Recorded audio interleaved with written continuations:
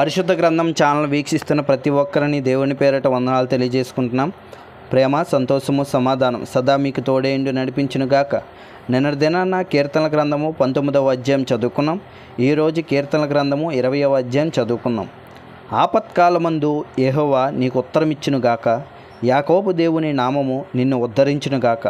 పరిశుద్ధ స్థలములో నుండి ఆయన నీకు సహాయము చేయునుగాక. సియోనులో నుండి నిన్ను ఆదుకొనుగాక. ఆయన నీ నైవేద్యములన్నిటినీ జ్ఞాపకము చేసుకొనుగాక. నీ దహన బలులను అంగీకరించునుగాక. నీ కోరికను సిద్ధింపజేసి నీ ఆలోచన యావత్తును సఫలపరచునుగాక. యెహోవా, నీ రక్షణను బట్టి మేము జయోత్సవము చేయుచున్నాము. మా దేవుని నామమును బట్టి మా ధ్వజము ఎత్తుచున్నాము. నీ ప్రార్థనలన్నీ యెహోవా సఫలపరచునుగాక. యెహోవా తన అభిషిక్తునికి రక్షించునని నాకిప్పుడు తెలియను. రక్షణార్థమైన తన దక్షిణాస్త బలము చూపును. తన పరిశుద్ధ ఆకాశములో నుండి అతనికి ఉత్తరమిచ్చును. కొందరు రథములను బట్టి, కొందరు గుర్రములను బట్టి అతిశయపడుదురు. మనమైతే మన దేవుడైన యెహోవా నామమును బట్టి అతిశయపడుదుము. వారు కృంగి నేల మీద పడి ఉన్నారు.